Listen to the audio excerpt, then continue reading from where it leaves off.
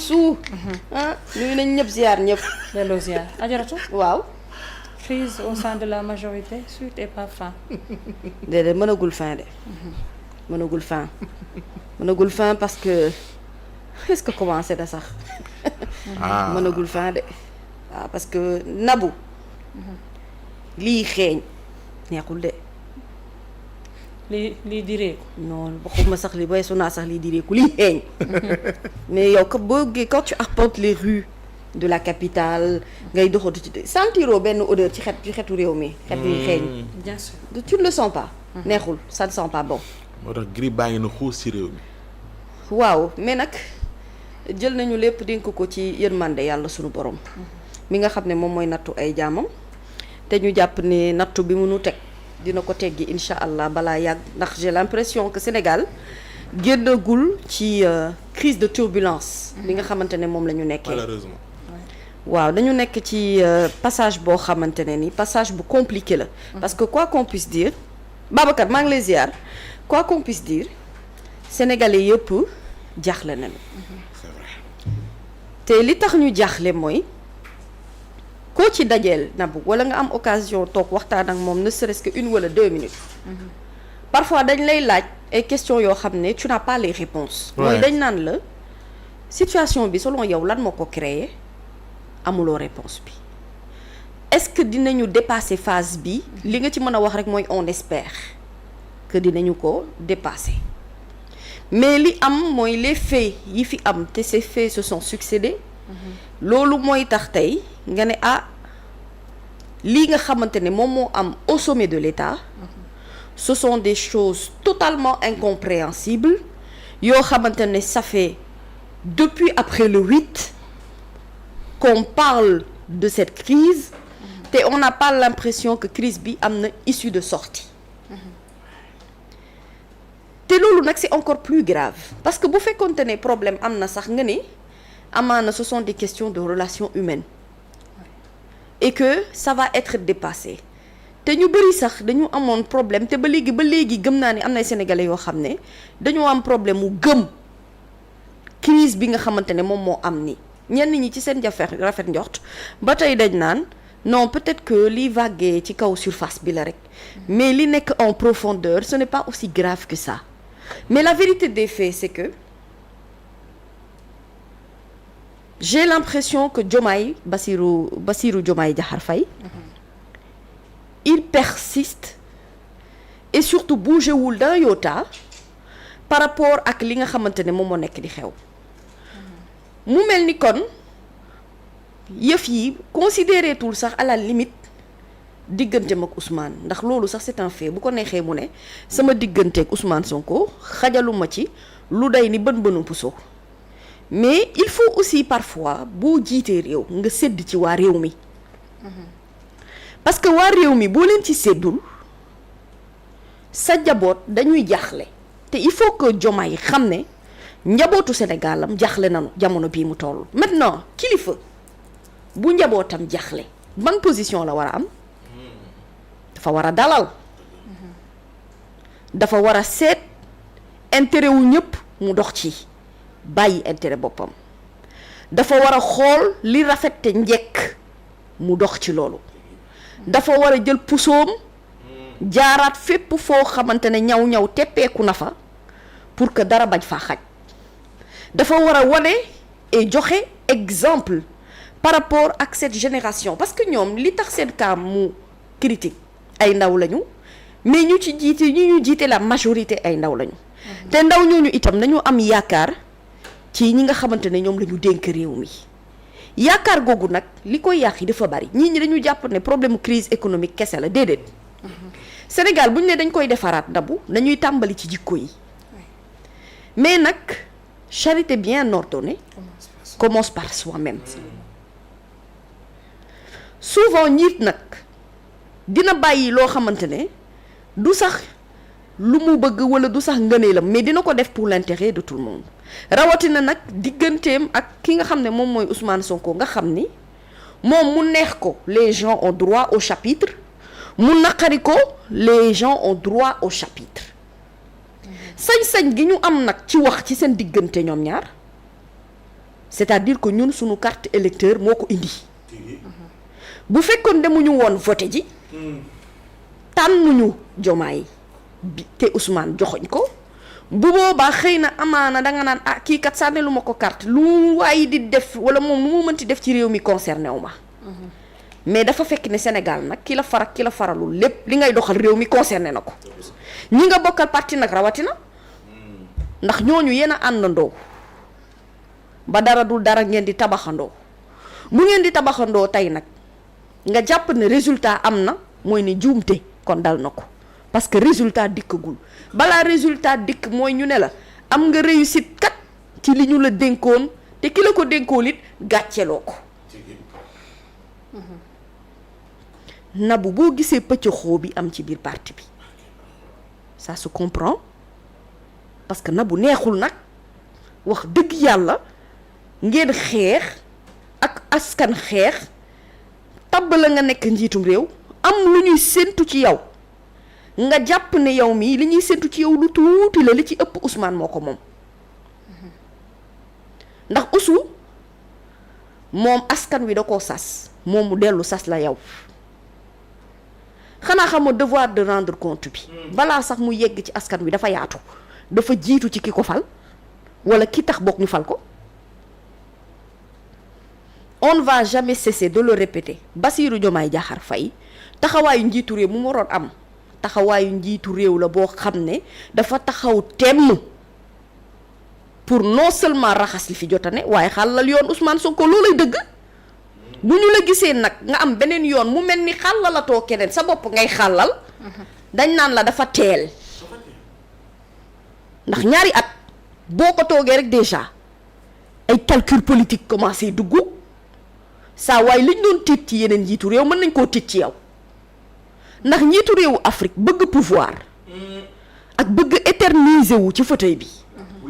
jaral na leen lu nekk ci terme en termes de calcul et en termes également de magouille yoo xamante ne crois-moi il n'y a aucun peuple dans ce monde boo xamante ne nangu na njiit moo xam ne day ñëw di defi calculam te jiitalul calcul bi ci li nga xam ne moom mooy yittey askan wi Ousmane Sonko boo ko bëggoon reprocher lan nga koy reprocher mu am fitu wax noonu lañ ko mës a xame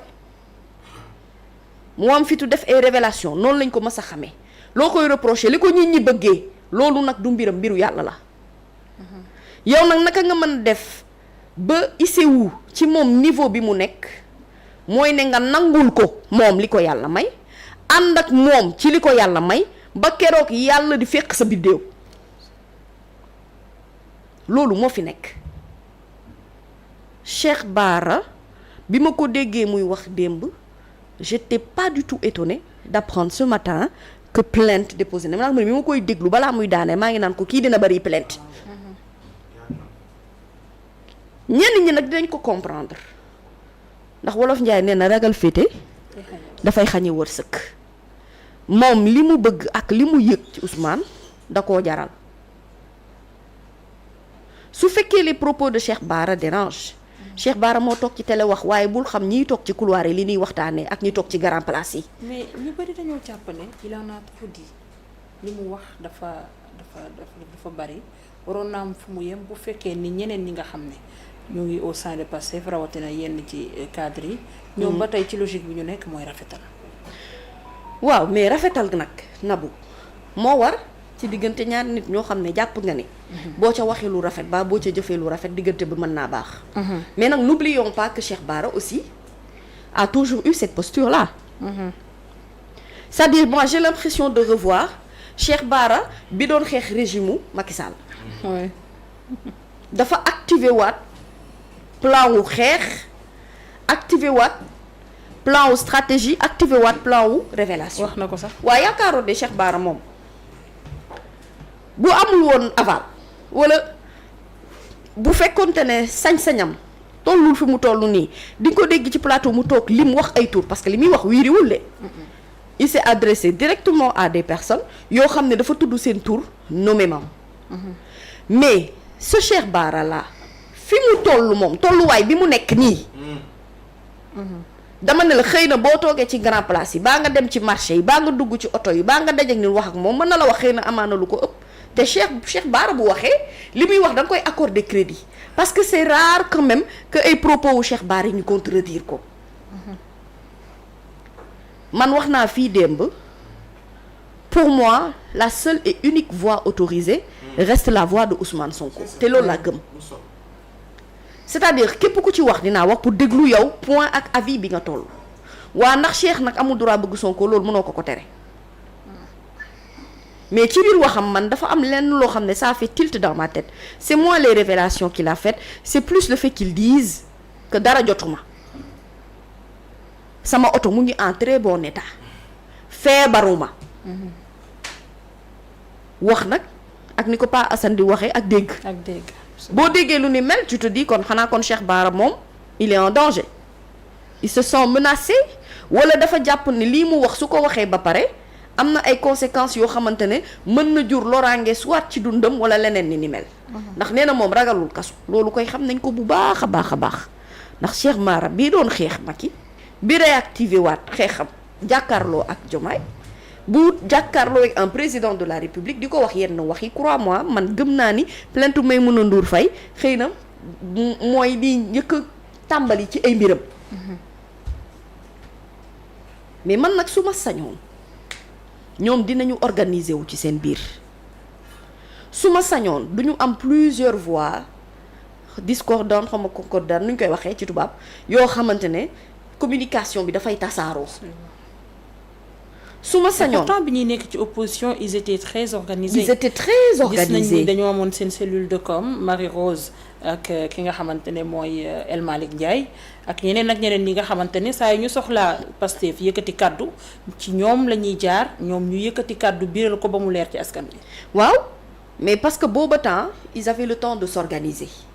booba temps ils avaient le temps de structurer leur parti te booba temps kenn ku ci nekk xam nga ban rôle ngay jouer ci parti bi. N'oublions pas que Pastef aussi bi ñu faloo ba tey ñu ci bari soit c'est des directeurs généraux ñenn ñi soit c'est des ministres d'autres am nañ yeneen poste de responsabilité yoo xamante ne ni ils n'ont pas le temps jotuñu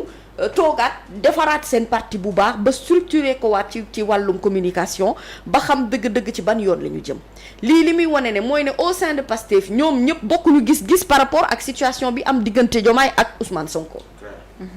ça c'est clair et net bu ñenn ñi di jouer la carte de l'apaisement d'autres mënuñu nekk fii di calmer le jeu parce que ñoom dañu jàpp ni lii nga xam ne mooy raam ci ñag wi mënuñu ko fee bàyyi muy bayal ba mujj fee am kër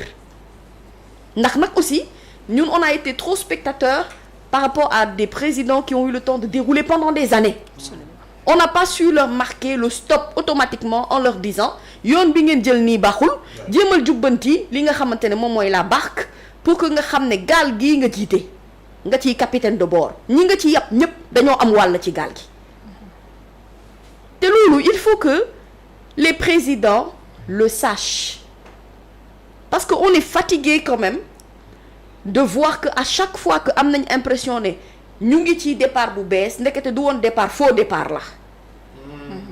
te faux départ nag après plus de 60 ans yoo xamante ne dëkk bi ñu ngi jéem a tabax te avancé wuñu ci fi ñu jëm mais aujourd'hui j'espère que le président Bassirou Diomaye Diakhar Faye c'est quelqu'un qui est adepte aux critiques et c'est quelqu'un et il doit l'être parce qu'il était très critique avant muy falu booy lire ay anciennes publications di lire li mu doon bind ci page Facebook am di lire yenn position yi mu doon am mayul woon dara ki fi nekkoon kon moom na ko leer ne itam askan wi duñ ko may dara waa mais na ko leer ne moom ni mu ko melee woon ak ni mu ko jaralee woon ak ni mu ko doon fàttalee te ci booba temps itam ñu ko doon applaudir parce que ñëpp dañoo jàppoon ne voilà quelqu'un de courageux qui est aux côtés d'un leader qui s'appelle Ousmane Sonko et boo xamante ne il met les deux mains et les deux pieds ci li nga xam ne moom mooy combat bi pour que ñu mën a réussir noonu mu ko doon defee te ki bu ko doon def itam mu nangu ko ba benn moment nangootu ko mu dëj ko kaso qu'il soit lui prêt à entendre à écouter et à discerner les critiques et les prendre surtout de manière très positive parce que njiit nag day yaatu dënn njiit day yaatu dënn ndax li wóor ba wóor mooy Sénégal gii ñu nekk nii kenn dootu fi nekk njiitu réew te li ñu daan waxal say nawle duñ la ko waxal xanaa nga tegu ci yoon rek de ñu naan la bravo félicitations yaa jekk costume tu es le plus jeune président d'Afrique wayi laa nga jàll ko wala nga wàcc ko yoon tuuti rek da ngay gis ni presque la parole unanime sera à moins que mu nekk nit ñoo xam ne danoo bëgg ànd ak yow pour ànd ak yow ci sa chemin bi nga bëgg dem mais Diomaye encore une fois yoon bii mu bëgg dem bu ci bàyyee ñi nga xam ne ñoom la daan àndal démb ak bërki démb dina tollu benn guddi boo xam ne dina wéet lool ci biir palais bi ndax ci histoire présidence yi surtout yi nekk fii Sénégal man de ci li ma fekkee ci Abdoulaye Wade bi muy rendre compte ne ñenn ñu bari ñi ko jege woon taf ko am na lu bari loo xam ne rëccoon na ko ci réew mi parce que souvent da ngay dem bay ànd ak nit ci wàllum politique nga wóolu ko lool na bu koor kooku bu lay yàqal yow doo ko yëg te doo ko xalaat te doo ko foogee ci moom te ñoom ñëpp dañ doon wax naan Abdou Diouf dañ ko doon imprimer soleil boo xam ne moom rek moo koy lire Abdoulaye Wade am na yu bari yoo xam ne à un moment daf ko échappé ci réew mi te pourtant il avait ses proches collaborateurs qui étaient là Macky Sall aussi quoi qu'il puisse dire am na ci ñoo xamante ne jàppalewuñu ko ci nguuram dañ ko yàqal kon nag Diomaye les militants là yi mu doon woowee xaw ma di Ousmane Sonko di woowee de la 25e heure moom mu am ci ay yu bëri yoo xamante ne taxé la leen de lu ne ci ay page Facebook am na fàttaliku ni ñooñu fi nekkoon ñi mu daan waxal ñu ci bari ci ñoom ñoo nekk ci wetam tey na gestu àndalaat ak ñi mu bokkal daanaka sax deret ci politique te xam ne souvent dëgg la ne paaka bi lay reddi sa waaye koy daas waaye léeg-léeg nga jàpp nit def ko sa waay defe ne sa waay la fekk du sa waay boo nekkee ci nguur ki lay jàppale du ki la naan tu es le plus jeune tu es le plus beau président vraiment vous faites des acquis vraiment bul nangu kenn koo xamante ne dafay ñëw waaw di la wan supériorité yow yaay njiitu réew mi kooku du sa waay de kooku du sa xarit kii sa xarit mooy ki lay critiquer mooy ki lay wax ne lii nga nekk nii même bu fekkee gën na boo ko defee nii de dina gën a gën ki nga xam ne ragalu laa wax dëgg kooku mooy sa nit Ousmane nag bu su laa ragal a wax dëgg xam naa ne bu la ko waxee ci suuf déggoo bu ñàkkee pexe rek mooy da koy aj ca kaw te bu ko ajee ci kaw nag mu jot ci askan wi kenn ku ci nekk am nga droit wax ci aj na ko sax def na ko ñaari yoon mu génn daal di wax ci kaw mais ba tey ci révélation Cheikh Bara Ndiaye tudd na ñetti nit ñoo xamante ne jàpp na ni biñ leen di limogé bi leen di Diomaye di dàq bu ñu sukkandikoo ci ay kàddoom Ousmane Sonko sax yéegu ko problème bi dafa mel ni lu yàgg la de. moo tax ma ne le problème est beaucoup plus profond que ça peut-être que bii ça a été le facteur déclencheur rek mais gëm naa ni kon mu ngi fii le problème est là depuis longtemps maintenant je ne sais pas réellement ndax Cheikh Bara li muy wax dafa am ay preuves yu solides ak fu mu ko jëlee loo xam ne xëy na amaan na sama niveau d'information tollul foofu mais li ma xam ba xam ko mooy Nabou am na loo xam ne même bu ko Cheikh Bara waxul sénégalais yi xam nañ ko mooy ne ñii dëgg-dëgg danoo am problème te seen problème weesu na ay Aminata Touré ak Aïda Mbodj tu sais souvent man damay xool Ousmane comment il se comporte et comment il communique comment il parle depuis que bi ñu ko installé mu nekk premier ministre du Sénégal la première fois qu'il est sorti pour un peu critiquer même s'il l'a fait de manière positive ni nga xam ne noonu la njiitu réew mi di liggéeyee mu ñëwaat defaat ko ci meetingu le 8 bi man dama am impression ne Ousmane dafa xat dama am impression ne dañ ko jox ay lenge mu ngi diriger mais diriger wul en réalité xaw ma ndax comprendre nga fi may waxee c'est-à-dire mu ngi ko jox ay c'est vrai que Sénégal premier ministre amu fi doole noonu c'est juste de nom dafa nekk comme de nom j'ai l'impression que il a les pieds et les mains liés j'ai l'impression que il asphyxie que dafa dem ba mu fatt mënatu la noyyi